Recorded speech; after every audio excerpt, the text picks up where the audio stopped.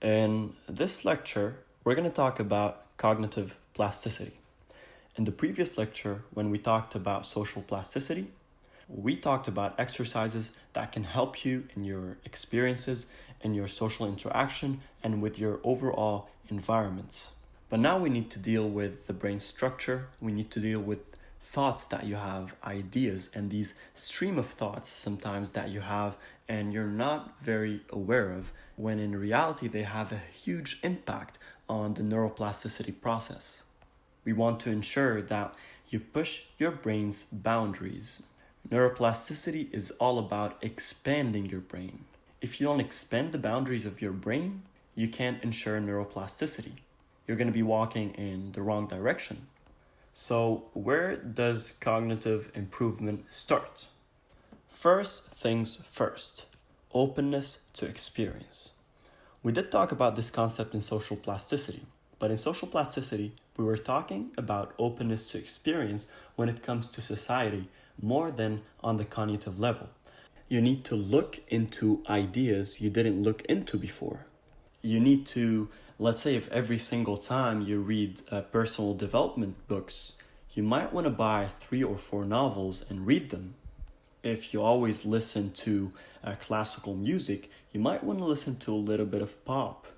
This openness to experience will, of course, expand your mind and expand your neural structures. Second thing is creativity, thinking, and imagination. And nowadays, again, going back to technology, our creativity is decreasing, our thinking is decreasing, and our imagination is decreasing. When you're using your phone, you don't have to think. When you're watching Netflix, you don't have to think. And even when you think, you're looking at your phone and you're thinking, you're eating, you don't think about your food, you think about your phone, you think about what you're seeing. You're at the gym, you don't think about what you're doing, you think about the music you're listening to and you're enjoying it. When you get bored, instead of drawing something, playing some music, learning a new instrument, making a piece of art, you would sit down and watch Netflix or just text friends or send them Snapchats. So you need to get creative. You need to make it a habit to make some art, play music, do anything creative, anything artistic. Usually art and creativity, they go hand in hand. So try, let's say, twice a week, just take half an hour and do something creative. Even if you don't want to make a piece of art, maybe you don't like art, do some thinking. Thinking and imagination can also expand your creativity. Maybe you have a problem at work that you need to solve tomorrow, and you have half an hour where you're free. Maybe instead of watching Netflix, you want to go to your room, put on some good music that would make you relax and not distract you. Close your eyes, think about the problem, and think about all the possible solutions. And just keep thinking about everything for half an hour or 20 minutes. Put an alarm and don't get distracted by anything. Just close your eyes and think. Get creative, use your imagination. And if you do this, most probably you're going to find a better solution than you would have the next day. The next day when you woke up early and you went to work and work is stressing and you need to figure it out by the end of the day, this pressure will not make you as effective as the previous day where you had nothing to do and instead of watching Netflix, you sat down and you thought about it, you brainstormed really well. One thing that's also included in the course that you can use to become more creative is mind mapping. Mind mapping enhances your creativity and imagination and of course thinking in an amazing, phenomenal way that I can't even explain it.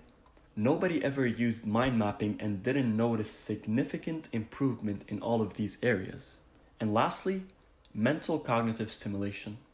Getting as much stimulation on the brain and as much consistency of those stimulations as possible. This stimulation can come from talking about some philosophy with people. It can come from meditating. It can come from going to the gym. It can come from eating something and being conscious about what you're eating. It can be being in the now, living in the now, and being conscious of the now. Playing games, doing art, dancing, even partying. All of these would ensure mental cognitive stimulation. And what's gonna block this mental cognitive stimulation is using your phone, watching Netflix, watching TV. This is where your brain can actually get to a point where it shuts off. No thoughts in your brain, only eyes watching and you perceiving what you're seeing. That's it.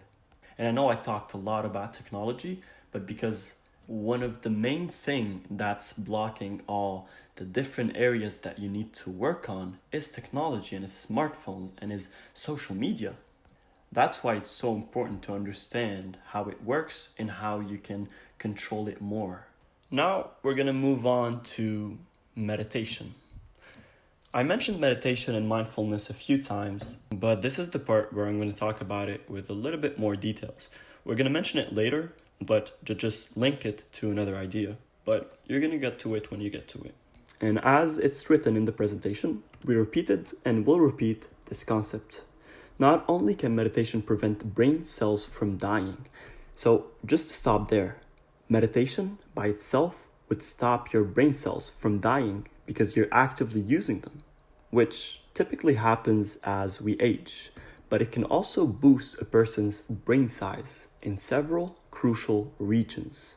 Furthermore, researchers have concluded that meditation can actually make a person more intelligent. Guys, I'm going to talk about personal experience with meditation.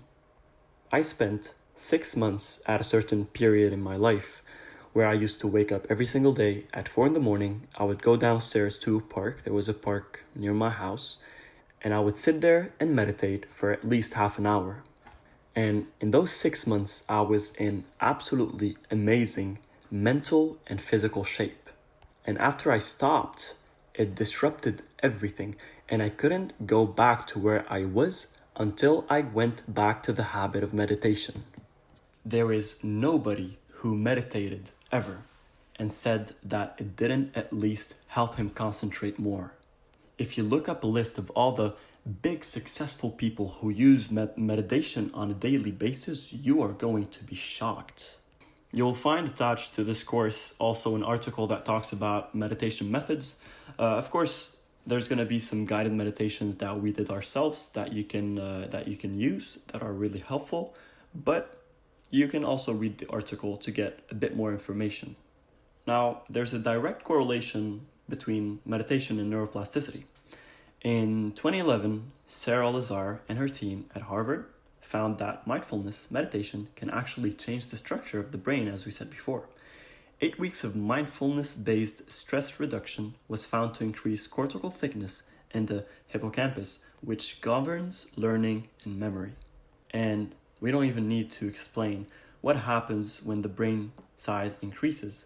That, of course, means that there are more brain cells, and with more brain cells, you will have more brain energy, you will ensure more neuroplasticity, and especially because it's affecting your learning and your memory, which are two essential parts when it comes to neuroplasticity. And please, don't make the mistake of taking a decision that you want to meditate every single day for 30 minutes. I promise you, you will get drained and you will not be able to keep the consistency. Just as we talked about the gym, when there's a fat person who's not comfortable there and he takes it step by step, you need to also take it step by step. Maybe start with 2 minutes of meditation every day for a week, then go to 5 minutes, then after a week go to 7.5, 10, until you get to a point where you're satisfied with the time you're meditating, and then you're good to go. You already got there through step-by-step consistency, and then you're good to go. You can keep it as a daily habit and keep the consistency and eventually get all the benefits that comes from meditation. Now, moving on, one of the most important things when it comes to cognitive plasticity is changing habits. Habits eventually become hardwired in your brain, and this is absolutely what we're talking about. This is neuroplasticity itself. So when you change habits, you are changing the structure of your brain, you are changing the neural networks and the link between all the different neurons. You might be creating a new habit and wiring new neurons together, or you might be removing an old habit and breaking the links and breaking the overall neural network. Now, here's the thing about habits. It takes a lot of mental energy, and you probably know that. Whenever you wanted to stop a habit, it didn't happen overnight. Nobody just woke up one day and said, I'm going to start going to the gym, and they went to the gym for the rest of their lives. Maybe very rare cases that I'm not aware of, but most of the times, 99.9% of the times, this is not how it happens. And what's so fascinating about habits, that they can form almost inseparable neural networks. When you picked up the habit of driving in a certain way for the past 30 years, and then somebody tries to show you a new way to drive, you're probably not going to adapt to it at all, because the old habit is inseparable when it comes to the neural network it formed. And as we mentioned before, there is a big section about habits where you're going to learn how to overcome them and deal with them and create new habits, eliminate or replace. You're going to know everything about habits. Now, next, we're going to talk about physical exercise. Even though it's physical, it has direct cognitive plasticity effects. First off, endorphins are only one of many neurotransmitters released when you exercise. Physical activity also stimulates the release of dopamine and serotonin, and these brain chemicals play an important part in regulating your mood. That's why before, when we were talking about how if you force yourself to go to the gym when you're feeling lazy, you're probably going to feel that your mood is better when you come back from the gym. You're going to feel this sense of accomplishment, and just the release of chemicals in your brain will make you feel better overall. Will just give you a better mood. If you're in a bad mood, you will definitely feel a little bit better. And mood brings us back to emotions and feelings. When you experience emotions that are bad, then you're going to be in a bad mood, and it's going to affect how you're feeling, and it's going to affect overall what you're thinking about and what you're going to do. So if after experiencing these emotions, you would just go to the gym and work out, you will feel better. At least you will have a better mood than before. If every single time you get mad, you would go to the gym and just crush a lot of weights, this will not just release chemicals in your brain to make you feel better, but if you keep up the consistency and it becomes wired in your brain, this big change going from being angry to feeling relaxed and feeling more peaceful because you threw it all on the weights and now you're feeling better, it becomes hardwired in your brain that every single time you go to the gym, you feel good. And if you ever skip going to the gym, you feel that there is something missing. And second thing is that physical exercise may trigger processes, facilitating neuroplasticity, and thereby enhances an individual's capacity to respond to new demands with behavioral adaptations. Indeed, a lot of studies showed that combining both the physical and the cognitive elements might result in mutual enhancement. So adding a quick example to our previous example, going to the gym. If when you go to the gym, whenever you're lifting weights, you focus on the weights, and whenever you're taking a break, you have some music in your ears that you're listening to, and you're switching up the music, listening to different music, you're ensuring both physical and cognitive stimulation. And finally, one of the most important exercises when it comes to cognitive plasticity is learning itself. When we talk about learning, we're talking about acquiring new ideas. We're talking about learning from experiences. We're talking about memories that comes from these experiences and everything you've learned, basically. And all of this sum are essential for neuroplasticity. Working on your brain capacity and flexibility, applying the principles of brain power is a must. We're going to talk about these concepts later, especially brain power and some exercises that would give you more brain power. And converge into learning behaviors and use memory and recalling techniques. So it's not just about learning things, it's also about learning behaviors. And by learning these new behaviors, then you might go and move on to new experiences. It all works together.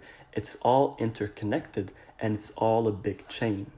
Cognitive plasticity is not just learning, it's learning memories, experiences, it's physical exercises, it's habits, it's meditation, and it's openness to experience, creativity, thinking, imagination, and cognitive and mental stimulation. And removing just one thing can have an effect on several things. If you just keep using your phone and you don't work on your creativity, thinking, and imagination, your learning process is going to become slower. You will find it difficult to adapt to new situations and new experiences. When you feel uncomfortable about doing something, and then you decide to take it step by step, dividing each and every step, knowing how you're going to take it and how all of the steps are going to get you to where you want to get. This is you using your thinking. This is you using your creativity. It's all a big chain. And as much as there's a lot of things to do, of course, you can't do all of these things at once. You need to develop them bit by bit.